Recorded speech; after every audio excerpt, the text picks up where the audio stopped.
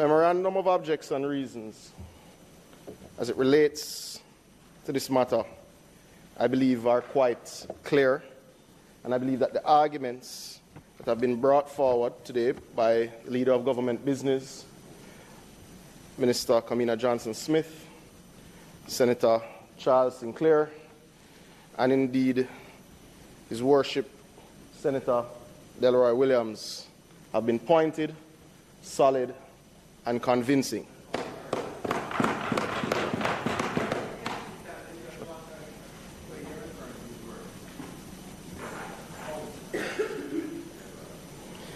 Yes, the long title friend that we have in the chamber.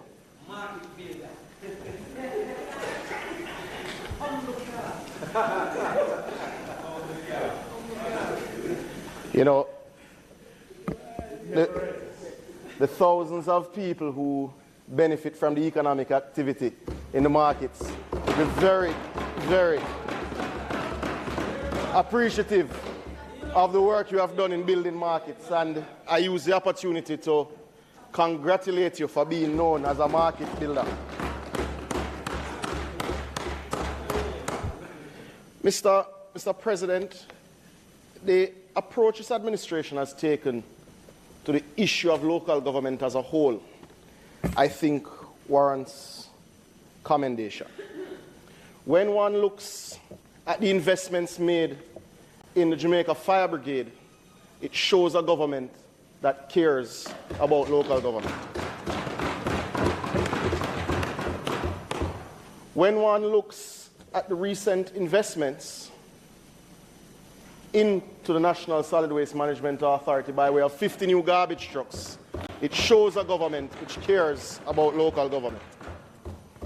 When one looks at the announcements for the future of waste management in the country, which is a preeminent focus of local government, it shows an administration that cares about local government. When one looks at the investment that has been made since 2016 into parochial roads and into drain cleaning, it shows a government which cares about local government. When one looks, Mr. President, at the unprecedented investment and overhaul of the nation's infirmaries, it shows an administration which cares about local government. I could go on and on, but that one is important. When one looks at the investment in indigent housing, Mr. President, it shows an administration that cares about local government. When one looks at the support given to the nation's councillors, unprecedented support through budget allocations of the Ministry of Local Government, it shows an administration that cares about local government. Now, oftentimes I hear the debates in this chamber and indeed in the other place, and one wonders if colleagues don't read the newspapers, don't watch international news, because it seems that we behave as though we live in a bubble. We behave as though the world is not seeing the most significant armed conflict, certainly in the European continent, since World War II. We behave as though the economic shocks related to COVID-19 were not the most significant economic shocks since the 1920s. We behave as though the loss of productivity, human life, man hours, family time, interaction, from the health impact of the COVID-19 pandemic was not the worst since the Spanish flu. Mr. President, I am clear that we do not live in a bubble. And I am clear that when I look at point 2, B2, the high level of uncertainty in the global economic environment, which may have domestic implications and requires the government to focus at this time on building resilience to possible future shocks, as well as setting the country on a path of sustained growth. Mr. President, I am satisfied with my knowledge of what is taking place globally, that this is necessary. At this point, should explain clearly to colleagues on that side and those watching at home that Jamaica needs a little more time. The reality, Mr. President, is as much as we have recovered to the point of great launch. We all would recall those months leading into the first COVID case in Jamaica. All of the consumer confidence indices, the business confidence indices, were at that moment in uncharted territory. We had never seen the level of hope in the Jamaican future that we were experiencing at that moment. Mr. President, many areas of Jamaican life and society have recovered from the COVID-19 pandemic because of deliberate policy choice and sound management. But, Mr. President, we have a little way left to go. And to ignore that we have not completed total recovery in all aspects of society, allowing us to move forward, would be unfortunate. Mr. President, there is no doubt that the country is on path to phenomenal growth. There is no doubt, however, that the global risks are significant. But simultaneously, the public should have no doubt about our care and commitment to local government when one contemplates the significant increases in investment in all aspects of local government made by the Andrew Holness-led administration since 2016.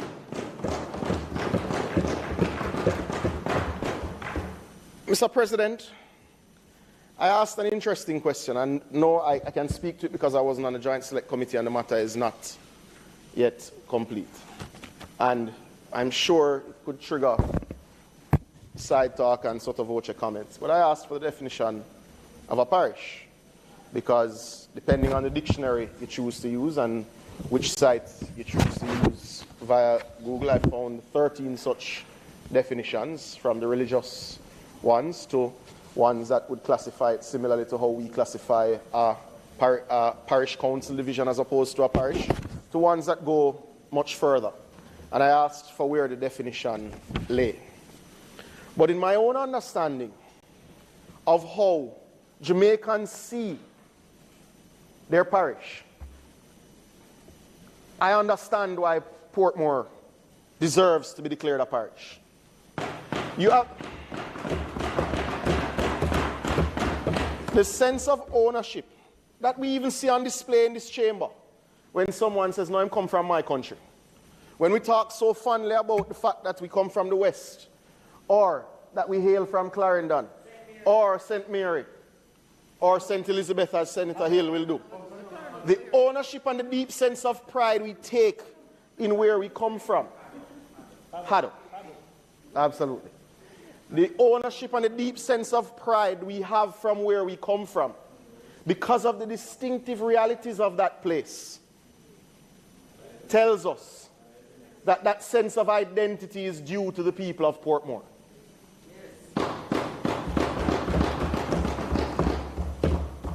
We have done things backwards in this country many times since independence.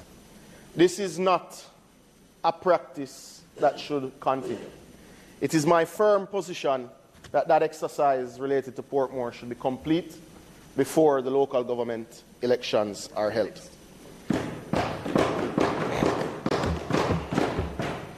Now, the matter of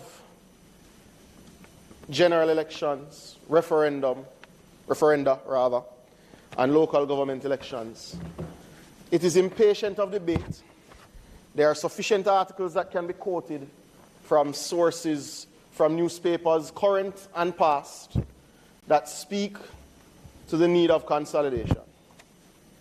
I believe this extra time also allows for the consideration, the discussions, and the consultation to see exactly how that works and to see what is indeed best for us as a democracy. I'm going to make two final points in closing, Leader, if you'll allow me. Well, thank you so much. If we speak about this the definition of democracy. And I was particularly intrigued with the contribution of Senator Sinclair, President. The concept of democracy, generally that the will of the people is what prevails. Now, I firmly 100% reject that suddenly the opposition has become fans of democracy and the will of the people when they constantly come here and reject the will of the people by way of the extension of states of emergency measures. Because that is the will of the people.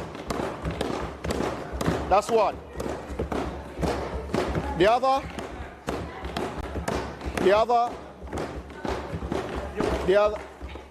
want to vote for the people, but you don't vote for the people. You don't vote for what the people want. You know, leader said make 3 more points. So the other thing that the public should be aware of is that a lot of what you're hearing in this chamber and in that chamber from that side is theatrics. It is. Politics is primarily local.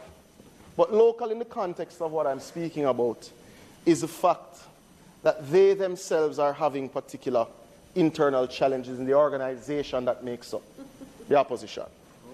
And there is a huge pull, Mr. President, between who and where and how their party should be led. It is well known that there are people in the opposition who would happily see the current leadership change, but know it cannot happen until they face the electorate. Mr. President, this is a farce and excitement and theatrics, and they know it. The final point, Mr. President. The final point, Mr. President, is in relation.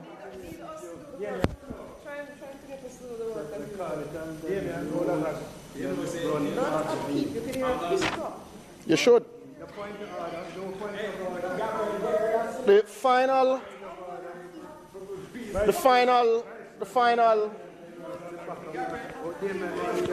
The final point, Mr. President, I was particularly disappointed in the content in closing of my friend and colleague's presentation, Senator Crawford. I believe in closing, though asked in the form of a question as I understand, you flew in the face of the intent, the intention, and the spirit of the standing orders. It was most egregious, and I found it to be against the spirit of what we do here, because it called into question the character of the entire government side here and in the other place, and it ascribed motive where there is none. Now, you made a particular statement as it relates to a matter of national debate and national concern as it relates to bankrolling of the JLP by SSL. Now, it's egregious, it's unfortunate, it is untrue, and I reject it. It is hurtful to the people who have lost their money because of fraud by people unconnected to this side. And I, for one, am offended. It is not the case, and it should be rejected. And the truth is, Senator, you should withdraw it. You should withdraw it. No, you should. The reality, Mr. President, we use these terms when we're debating politically. This love for democracy, this commitment to how we finance elections. And we throw out things in the way Senator Crawford threw out things. And I think it was unfortunate. And I think it should be withdrawn because you know it not to be the case. Mr. President, I support the bill before us. I support the commitment to democracy. I believe this administration has done more for strengthening the institutions of local government than any previously before us, and I thank you.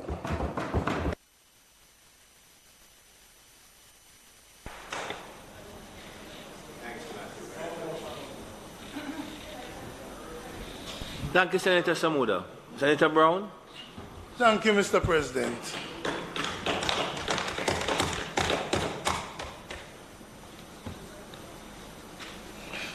This morning, among the documents tabled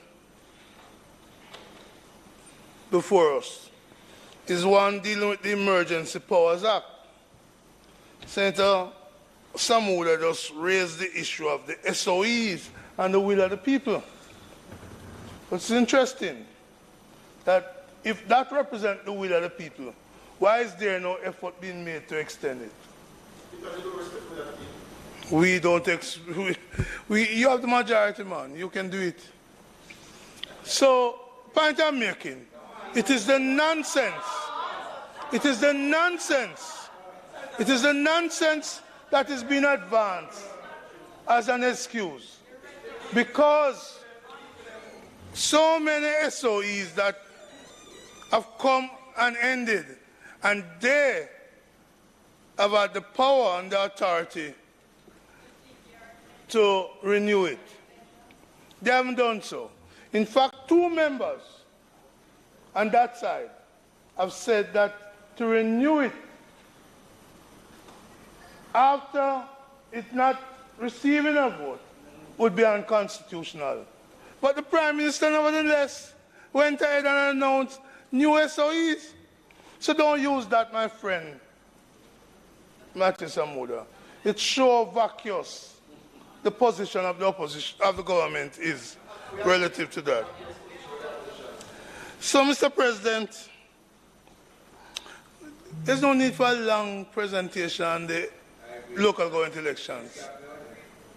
Suffice it to say that this government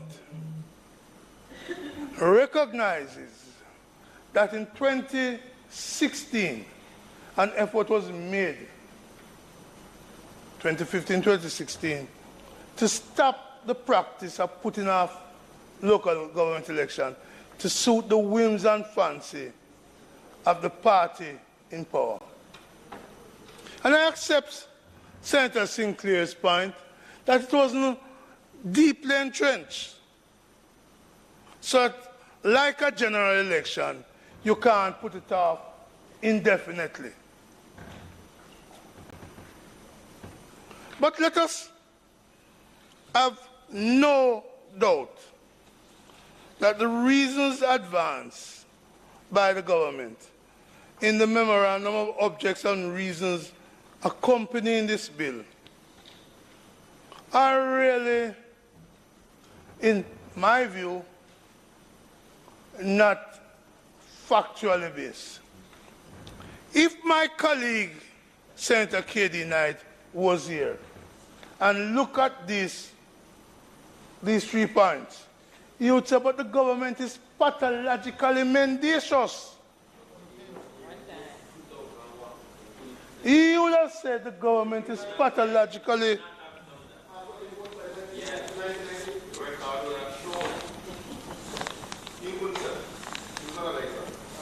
He would have said the government is pathologically mendacious. And let's go through the issues. In 2016, when the government found $600 to $800 million for the debushing campaign, so they could have a local government election, it didn't prevent them from doing that. The only thing that might have prevented them now is that the Contractor General came out in a damning report.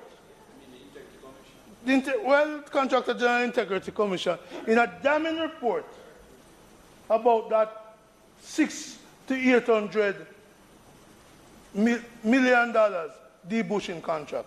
I can understand if you say there's a lack of resources and too much oversight by the Integrity Commission for you to call the local government election because that $600 to $800 million debushing is not going to be easily spent.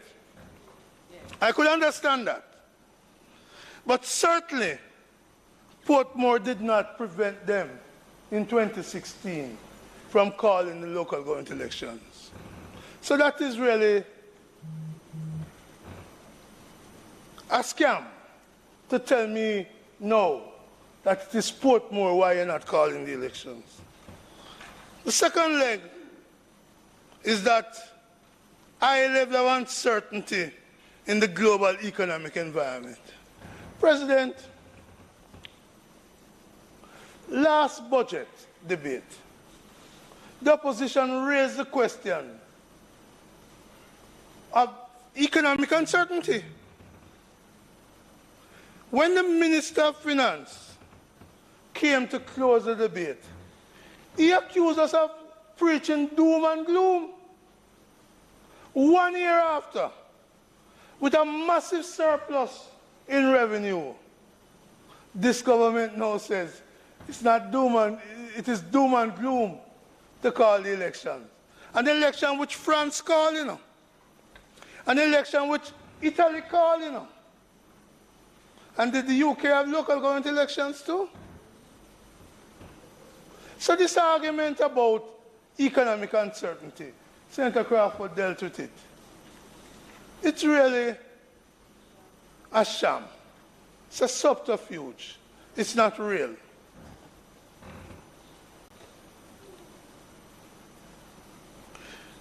The third leg is that it's a high monetary cost.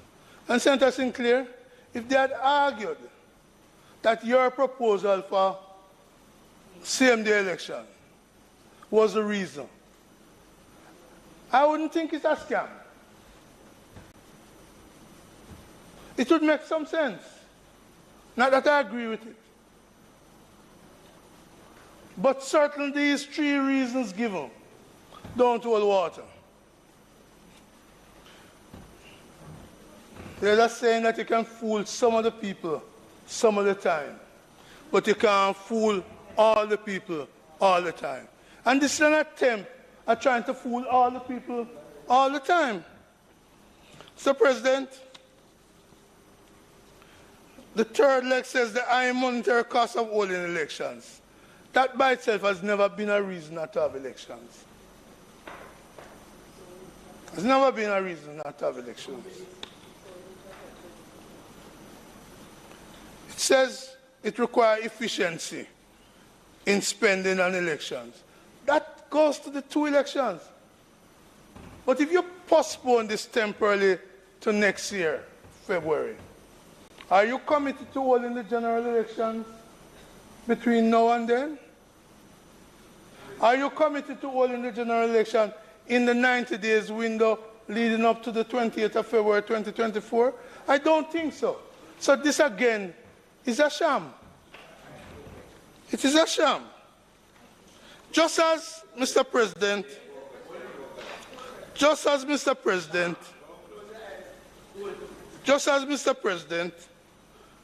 the talk in 2016 of a fixed date election was a sham. It was a sham. And I'm glad, Mr. President, you have now disowned that view of a fixed date election. I have always held the view that fixed date election was not a course we should have adopted. So I'm not a fixed date election person, but I could see the scam when it was proposed in 2016. I know the government had no intention of so doing. Absolutely no intention. It was a buy the vote. Get people to vote because somehow there's a magic in the fixed date. And the president is correct. When Britain tried it, and when Britain called how much elections before the fixed date, it just shows that that fixed date thing was nothing more than a scam. So, the government also promised prosperity in 2016. And the admissions in number 2 and 3 is an admission that the prosperity promised to the people is somewhere far away off. So there's no prosperity for the people. And you therefore can't call the elections in the absence of the prosperity promise. Another promise which was made was about sleeping with your doors open and waking up in the morning and still being alive. The government has failed to reduce murders and to reduce crime in the country. In fact, in every single year of this government since 2016, the crime rate, the murder rate, has been higher than any time in the last PNP government. Facts. Facts. I'm glad you and I are agreeing on the murder rate. I'm glad you and I are agreeing on the murder rate.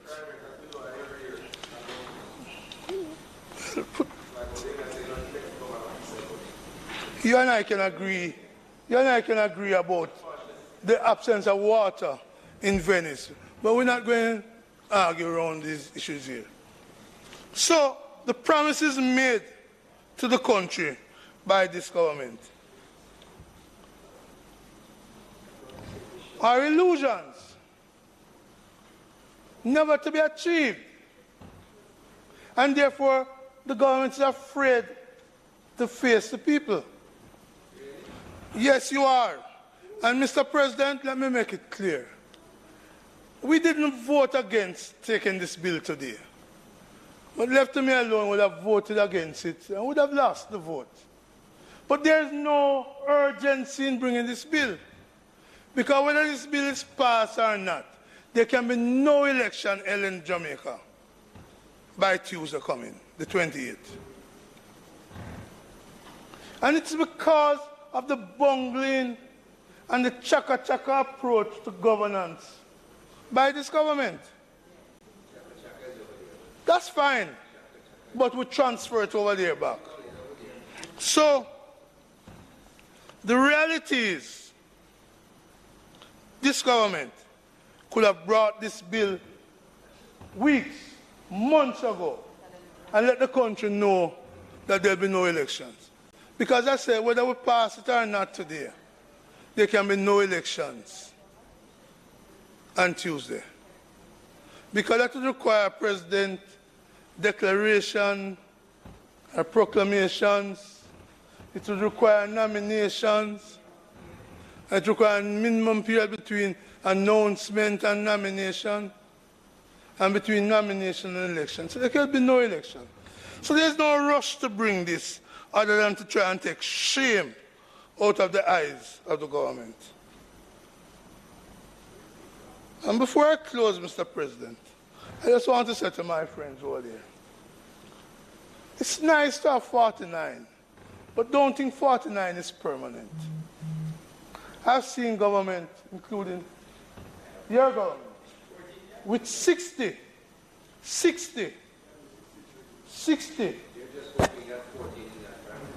I saw you with 60. And then there's a local government election in 1986, which you lost badly. But hear what hurt you now. After the 89 elections, you had 18 years in opposition. That should hurt. So why you 18 years of separation? Why you charging? No, you're not going to get it. That's why you're afraid of calling the elections. I am saying to you, you have spent 18 years. You spent 18 years because the people... We want our 48 now. You know? Yes. I know you want your 48 now. I know you want your 48 now.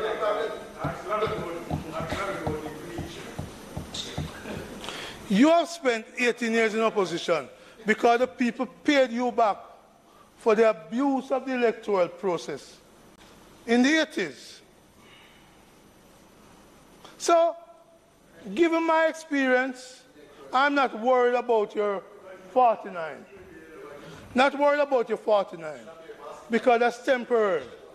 That like this bill is temporary.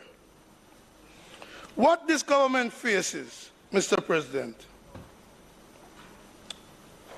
is that we are approaching an election that had to be called in the middle of the public backlash to the demolition man going to Clifton and licking down poor people's house. The backlash from that has meant no matter how much market you fix in Papine, the people are going to pay you back for bulldozing poor people's house. And for doing so on the basis that it is gang members who are selling the land. The people are ready to pay you back for that. Mr. President, the people are ready to pay back this government for the fiasco of the Road Traffic Act and the oppressive fines which people feel have been laid on them by this government. The people are ready. You spoke already now. You spoke already. You spoke already. I don't want to interrupt him, Mr. President. I'm not engaging him. I don't want to interrupt him. The people are ready to pay you back for the traffic fines and the fiasco of implementing the Road Traffic Act. And you are afraid of facing the people. So you're afraid for the demolition, you're afraid for the traffic, and Mr. President, the people are concerned about the failure of proper oversight of the SSL issue. The people want to pay you back for a minister having a report in his office for 1 year and can't find it. No, 2 years since it's the other day I'm going to look for it. Tell him, say we're talking about Nigel and the document in the filing cabinet. The people are ready to pay you back for that. The people are ready to pay you back for the hardship that they're suffering now throughout the length and breadth of the country. The people are prepared to pay you back for the damning Integrity Commission report and the Westcon contracts. The Director of Corruption Prosecution may not act, but this is a moral issue. And the people are upset that your Prime Minister made those recommendations for the contract. The people are ready to pay you back. So, Mr. President, I can say it anywhere. I'm a smart man. I know how to say things. I was on radio and tried to sue me and couldn't do it. So let me be clear. I'm not afraid of saying it, that the people want to pay on the back for what they perceive to be corruption in the Westcon deal. The people want to pay you back because you are a government that they see as highly corrupt. So I have no doubt that, like Trump, who said he would have won, like Mitchell in Grenada, who said he would have won,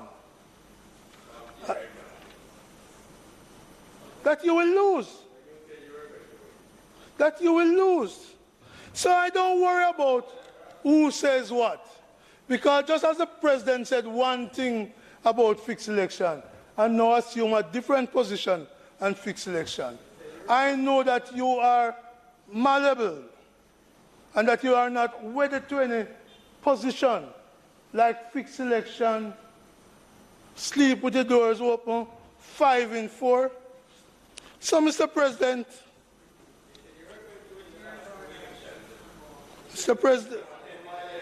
Mr. President, it's clear to me why the election is being put off. Nothing to do with COVID. Because we call a bigger election in the middle of COVID. Not because of economic uncertainty. Because the truth be told, the world is less uncertain than it was last year, and more so 2020. So, when you declared the other day that you have a miracle growth and a miracle economy, but you're afraid to call the elections, the two don't work. So this senator, along with those who are left here and those who had to leave and who were not present for other reasons today, the opposition is going to vote against this. Your 13 may be strong enough to win the vote. I'm not sure if your 13 is strong enough to move the executive director of the Integrity Commission. We heard your plea. We heard the 13 of you calling for his removal. I won't bother comment on it and which side of history it has left you all. But it's not far, Senator Braham, from the 8th who had signed and dated letter of resignation. So if that 13 of you did it, who won't face the Integrity Commission? It won't face the executive director. But it shows how scared you are and why you can't call the elections. They're all connected. May the damning report of the Integrity Commission find sunshine. May it find sunshine. May the fiasco of the traffic thing never be repeated. May the failure for SSL oversight never be repeated. And Senator Gale, may the compensation review be positive, because now it's confusion and uncertainty among too many workers. There are those who felt that the compensation review would have resulted in the local election coming right after. But you and I know, no, not you, I know that there's been so much uncertainty and concerns and incompleteness and disappointment with the compensation review. That too, Mr. President, is another reason why they can't call the elections. So let's put it this way. Democracy is too important for us to treat it with expediency. And that's what is happening here with this bill. Expediency. The absence of principle and belief in democracy. And Minister, when next you speak as Foreign Minister about a coup somewhere, I can hear them quoting your speech today to say they stand with democracy. That's the coup leaders, where you stand with democracy. Same place. And they say the kettle shouldn't curse the pot. But for me, on our side, we stand firmly with democracy. And the Gleaner is correct this morning. It may be not too late for you to step back and change it.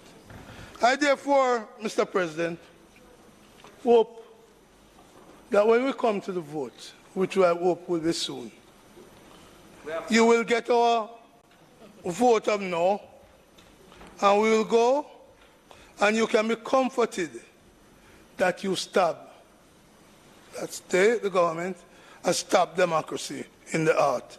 May it please you, Mr. President.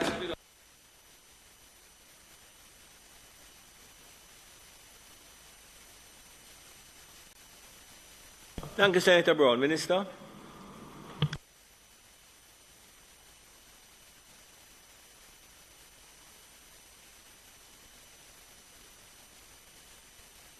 Mr. President, thank you. Sorry. And thank you to all colleagues who have contributed to the debate today. Just very quickly before I get into the matters of the actual debate, I just want to quickly touch on the matter of the murder rates. We all agree in this House, in this chamber, that they've been too high for years. But we give thanks that due to the many efforts underway, including states of emergency, that they have had us starting the year with more than 30% reduction in murders, 26% reduction in shootings, 44% reduction in rapes, and an overall 31% reduction in crime.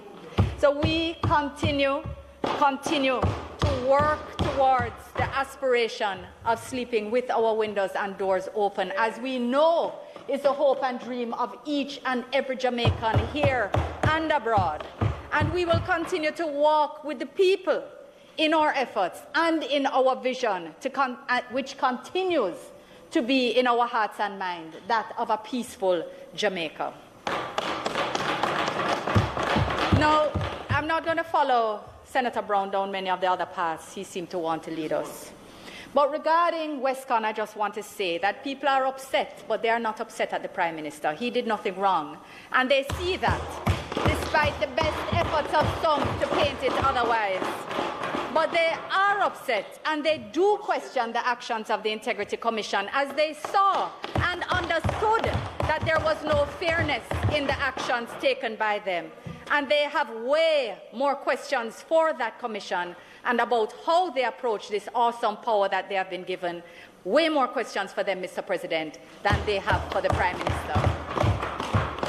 Mr. President, they know that this government and indeed this Prime Minister has done more to strengthen not only the anti-corruption architecture of Jamaica, but he has done more to strengthen the local government architecture as well.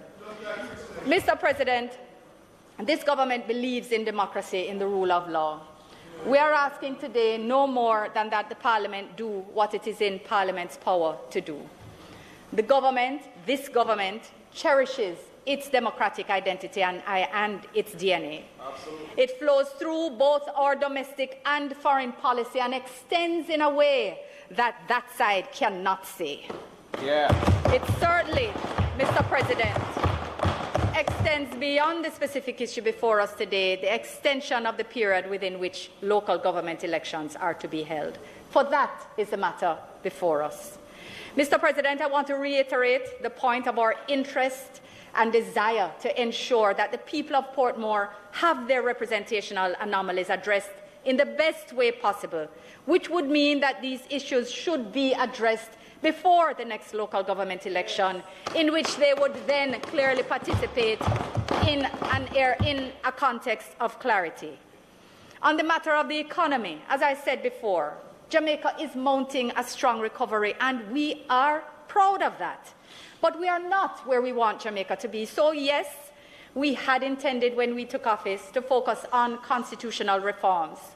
But we did instead decide to focus on getting water, light, roads, and more houses to people who had done without for years. We focused on reducing taxes that were imposed by the PNP and that had been strangling businesses for years, so that they could grow and employ more people and support more families to build stability and wealth. During COVID, we focused on pandemic support for the most vulnerable, increasing path to women, to children, for persons with disabilities, making sure people were safe and healthy as best as possible. And we focused on keeping people in jobs so that they could take care of their families. We were concerned with people's needs, Mr. President, and we will not apologize for that. And that is why the people rewarded us with 49 seats in the lower house. And we're not saying that that is permanent, because we respect it and we don't take it for granted. And that is why we continue to work with the people, and the people continue to work with us. Mr. President, I just want to remind through you that yours is an administration which, even while the world was in an economic boom, we were in negative growth as a country with sky-high unemployment. And we have changed that. We have changed that. Not only unemployment and youth unemployment, but unemployment for women and men. Now it's 3 percentage points apart. For decades, it was 10 percentage points apart. It was always double, and we have changed that. You were the ones who said 1.5 couldn't work, and no more than 400,000 PAYE workers no longer pay income tax. And I say that to say, Mr. President, that we are unlikely to follow your assessments of what is and is not possible. We are unlikely to follow your analysis of what should and what should not be done to grow an economy or to protect our people. We were balanced, we were cautious, and we were still visionary. And so we continue to be, Mr. President. Mr. President, just before I close, and I want to just remind for those who are seeking to say that we don't value local government. And after having heard about the massive investments that we have made in indigent housing, in kitchens, soup kitchens for the homeless, in our infirmaries, in fire stations, in garbage trucks to ensure that we can keep the place clean as possible. Mr. President, this is the birthday of the Right Excellent Sir Alexander Bustamante, former member of local government, former Prime Minister of Jamaica. And I want to just remind this chamber of why it is that the JLP used to be called the Gully government. It was because after we won that first election under universal adult suffrage, among several other groundbreaking people-based initiatives, Sir Alexander led his team on a wide campaign to build and fix gullies to control the floods that had been taking lives for years. In addition to building and rebuilding of hundreds of schools, we fixed gullies and saved hundreds of lives. And Kingston continues to benefit from those gullies to this day. So we continue to reap those benefits, we continue to do our best to positively impact lives, and we continue to do the actual work of local government. You've heard the examples, I need not repeat them, but we continue to keep the work going that is closest to the people, building markets, Senator Councillor, building markets and repairing them when they are destroyed. So we intend to honor our heritage. We intend to live out the democratic ideals in our DNA. And this government is committed to holding the next local government elections in the shortest time practicable as provided under law. The delay is not perfect. The delay is not optimal. But as arrangements continue to be made for the divisions where the vacancies exist, with the assurance that work continues in the 15th parish process, when the election is held, it will be held for the first time since universal adult suffrage, where the residents of 15 parishes will elect their local government representatives. And we look forward to that day. And it is in this context, Mr. President, that I ask for second reading of the bill.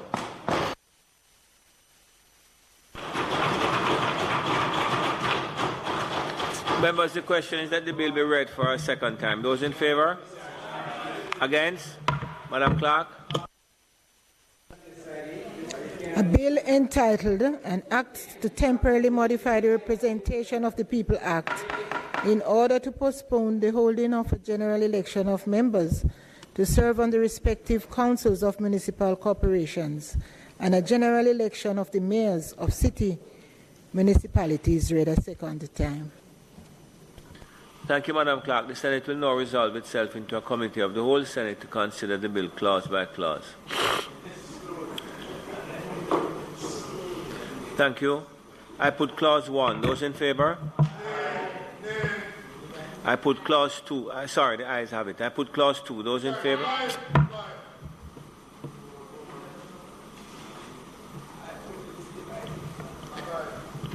No, but it's only 3 of them, so it can go on. Call the roll. you know, I'm going to say it, I've been saying it, and we have been saying it in other places. We are using the divide, we are misusing the notion of this divide, but we will deal with it sooner than later. Go ahead. Senator Brown? What was that, Senator Brown? Senator Allen? No. Senator Braham? Senator Bunting? Senator Brown? No. Senator Campbell? Yes. Senator Campbell Rodriguez? Yes. Senator Crawford?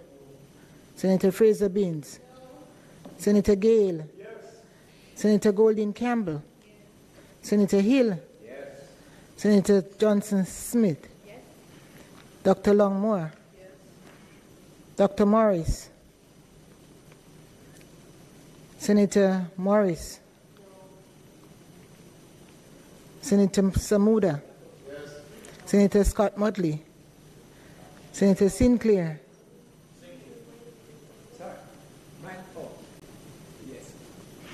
Senator Webby? Yes. Senator Williams?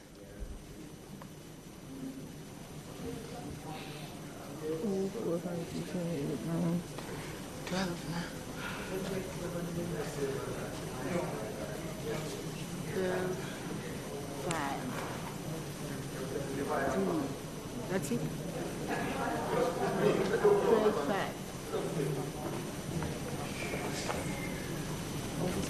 Thank you very much, Madam Clerk. There are 12 ayes, 5 noes, and 3 absent. I'm sorry.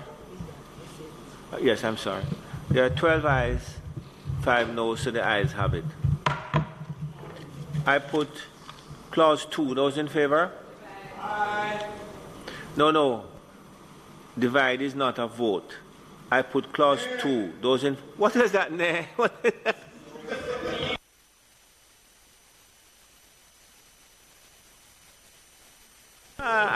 Those in favor? Those against? Thank you very much. Madam Clerk, let's go. Senator Allen? No. Senator Braham? Senator Bunting? Senator Brown? No. Senator Campbell? Yes.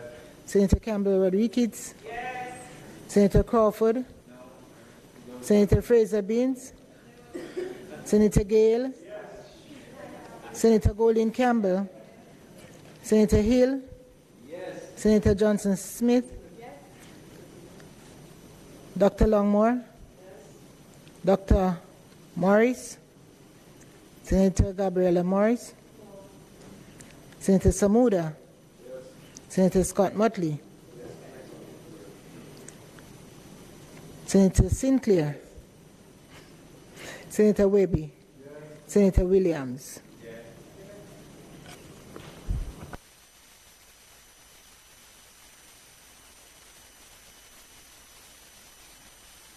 In relation to the divide, ayes 12, 5 noes, the ayes have it.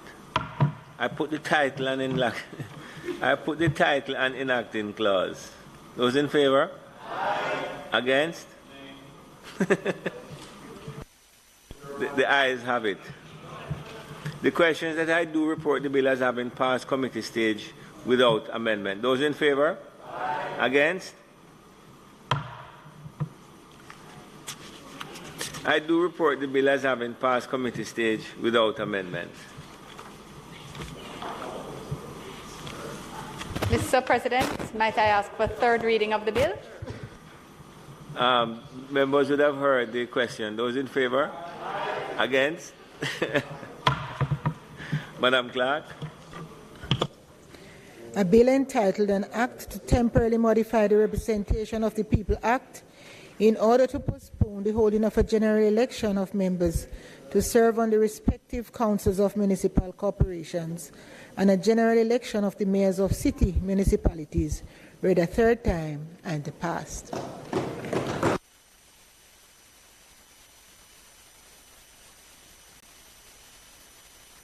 Mr. President, it is not intended to do is not intended to do any further business today.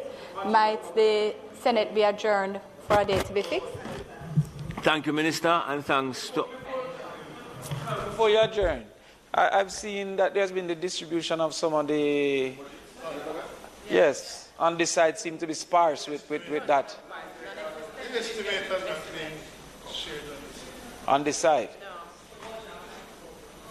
It's an oversight. You'll get your copy, no doubt. I'm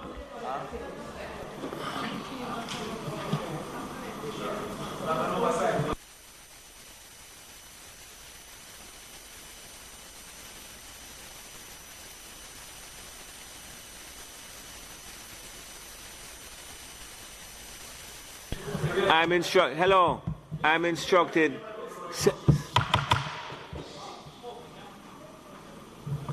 I'm instructed that the office of the Leader of Opposition indicated to the clerk that all of your copies were to be sent up to his office. So,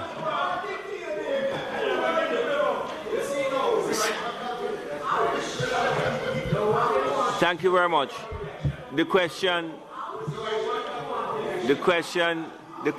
members. The question, members, is that the Senate be adjourned for a date to be fixed. Those in favor? Divide.